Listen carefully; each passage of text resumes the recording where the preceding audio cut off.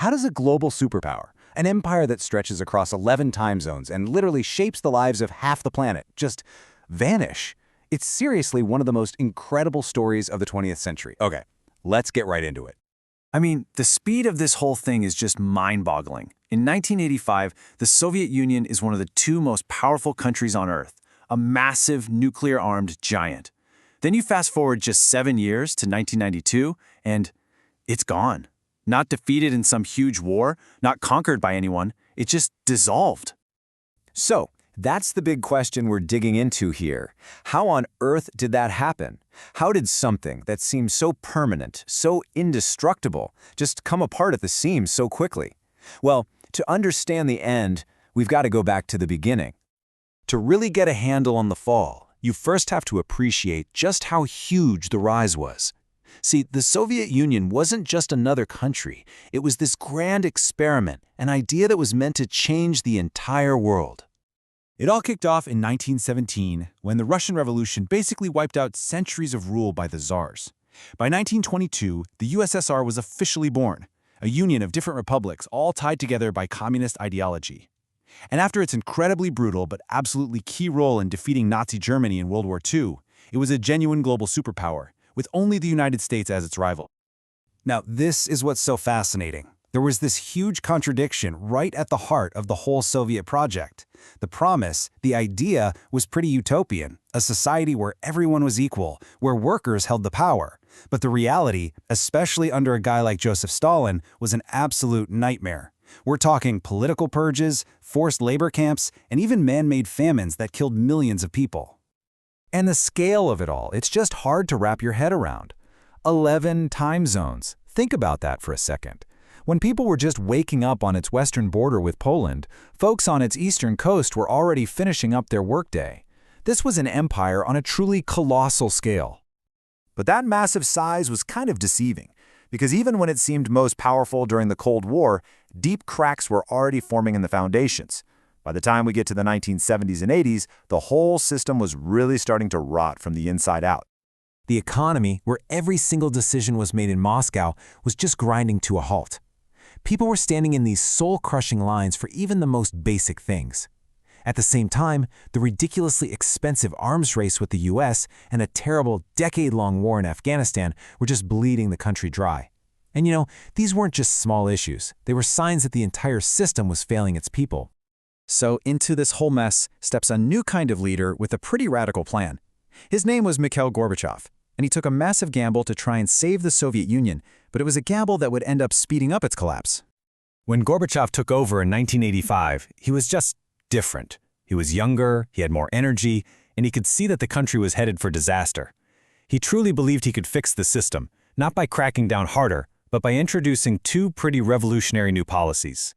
The first one was called perestroika. That's perestroika, and it means restructuring.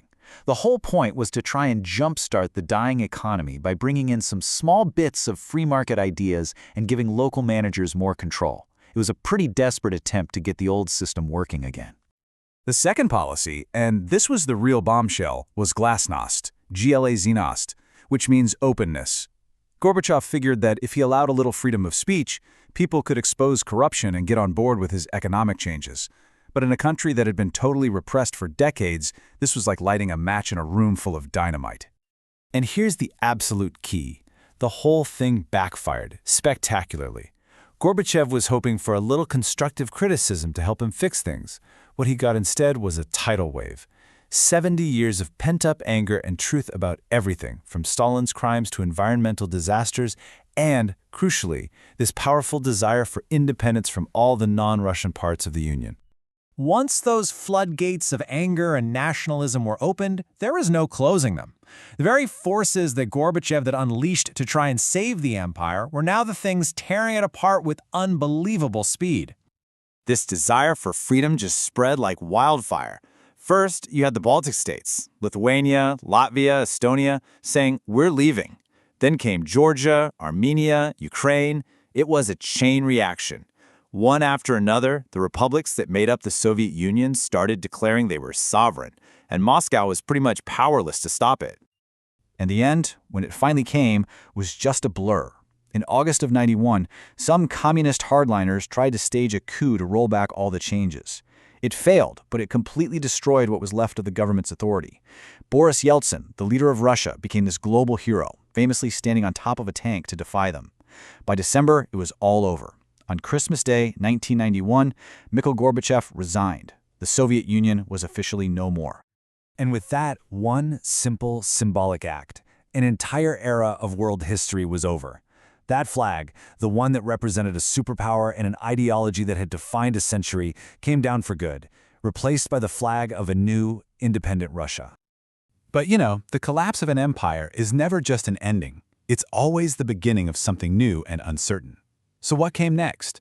What did life look like in this new world without the Soviet Union?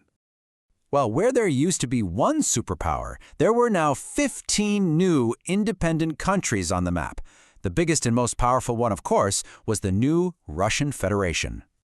For the average Russian, the 1990s were an incredibly traumatic and chaotic decade.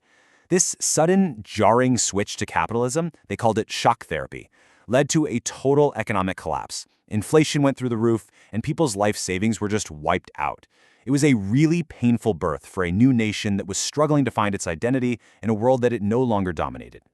And because of all that, the way people look back on the collapse is still deeply divided. For the West, and for millions of people inside the old Soviet Union, it was this incredible triumph of freedom over tyranny, but for many others, it was seen as a national tragedy, the loss of their superpower status, and the beginning of a decade of poverty and instability. But no matter how you look at it from the inside, the impact on the rest of the world was just seismic. The end of the Soviet Union didn't just change the map, it ended the Cold War.